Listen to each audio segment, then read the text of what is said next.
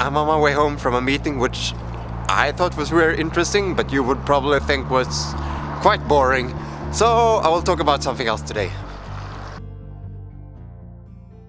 I love YouTube, but yet I think it's quite dangerous. At least for me it is.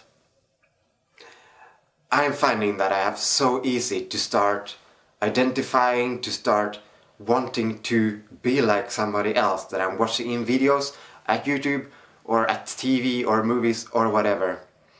I find that even though I later realize that this is not really me, this is not something that I want, I think in the moment that, wow, this is so cool, I want to be like them. It's so easy to start comparing yourself to someone else, to start see only the good things in the life of somebody at YouTube or in social media in general, without actually thinking that maybe I have something that this person doesn't have. To be honest with you, this is actually one of the reasons why I started really working on this YouTube channel, because I thought the best reason to cure it for myself is actually to make videos about myself. Then I can look back on them and look, wow, this is some person that I would like to be like. And then I realize, oh, this is actually me. This is cool. It's so easy in social media in general only to show the best sides of our life. And it's so easy as a person who is receiving or watching it to think that the life that is shown on social media is the actual life of the person, even though it rarely is the whole life. It's just the part that you want to show. One of the things that I think is one of the main successes of YouTube, and especially YouTubers as a phenomena, is another phenomena called parasocial relationship. This is a relationship between, for example, a YouTuber and the person viewing the videos, where it's an illusion of a reciprocal relationship, but it is actually a one-sided relationship. The person who is watching a lot of videos from a person is starting to feel that, oh, this is a friend of mine. You're starting to build a relationship, but really the person who is producing the content is not having a relationship back. This is something that many YouTubers use. Some of them know that they are using it, some of them don't know. And it might be genuine, but in some way it's still not. What I'm talking about is that we want you to feel like you are our friends. And while it is still genuine, that I really appreciate all the feedback I got from you, all of you, all the comments. It's just been such a great support from my 10 first weeks as a YouTuber.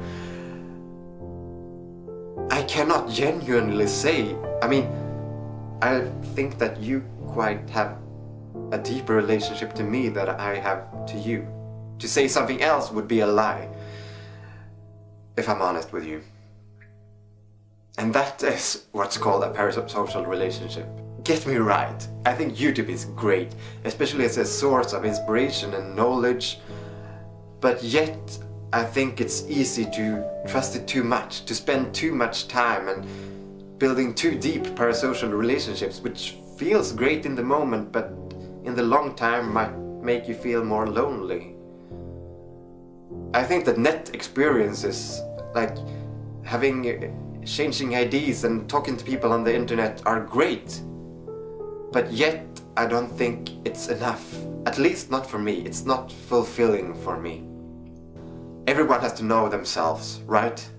And I think that what matters in my life is experiences, real life experiences. It's meeting people and it's creating things.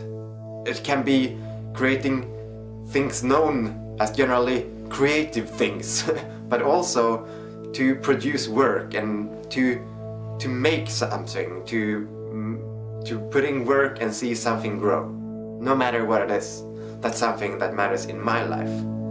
What I'm trying to do with my channel, and that I'm really hoping that I'm at least in some way succeeding to, is to motivate you to get out there, to find experiences, to get out and find what matters in your life. As you know, I'm very passionate about subcultures and the goth subculture in particular. And I know that there are plenty of some, maybe even some of you watching this, living the main part of your subculture only through internet. And I hope that I can really motivate you to get out there, to see your local scene, or maybe for those of you who live remotely or far away, maybe save up on money and join us for some of the summer festivals or something like that. Because, well, at least that was something that gives me really great experiences, and I think some of you might enjoy it too. There are plenty of subcultural YouTube channels about looks, about makeup, about fashion, etc. And while I think it's amazing, I'm trying to have a different approach to my channel. Such things are not my main priority in life. It's not my main priority in my monthly budget, and it will not be the central content of my YouTube channel. Because simply there are so many more talented people that can do that kind of stuff, and I can focus on instead of taking you places. I can show you what makes my life great. I can take you along on my experiences and hopefully inspire some of you. This is actually the first video after filming a weekly vlog for 10 weeks that I'm doing a video that is recorded only in my own home. But I thought this is something I really wanted to talk to you about. So far I've taken you to London, to Amsterdam, to Munich. I've taken you to Gothenburg and Umeå in Sweden. I've taken you to concerts, to parties, and even snowboarding. And I hope that you have enjoyed coming along on my trips and my experiences. You should not trust me on what matters in my life to matter in your life. But one thing that you should trust me on is that life is too short to sit around waiting for things to happen. And it's too short to be bitter about things not being the way you want them to be. It's too short not to take action yourself and try making the best out of it. So go do the things that you love now. Go find the experiences that matters to you now, or at least tomorrow.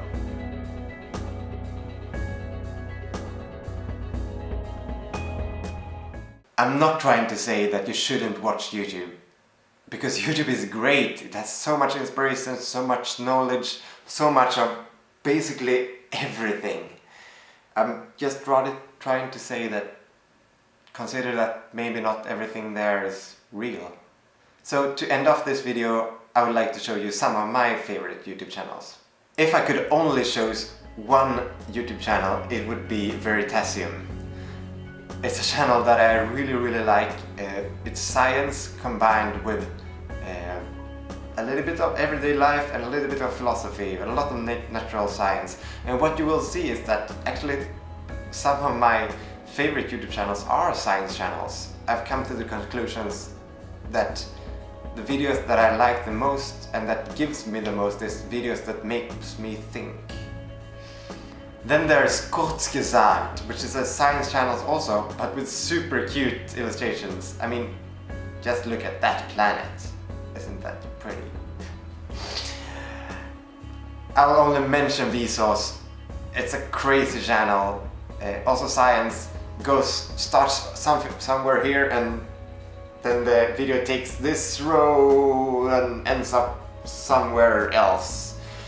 The last science channel, or well, actually more like general knowledge, is TED-Ed, which is a great channel with great illustrations that publishes short videos about history, about, well, general knowledge. You can learn something every day from it.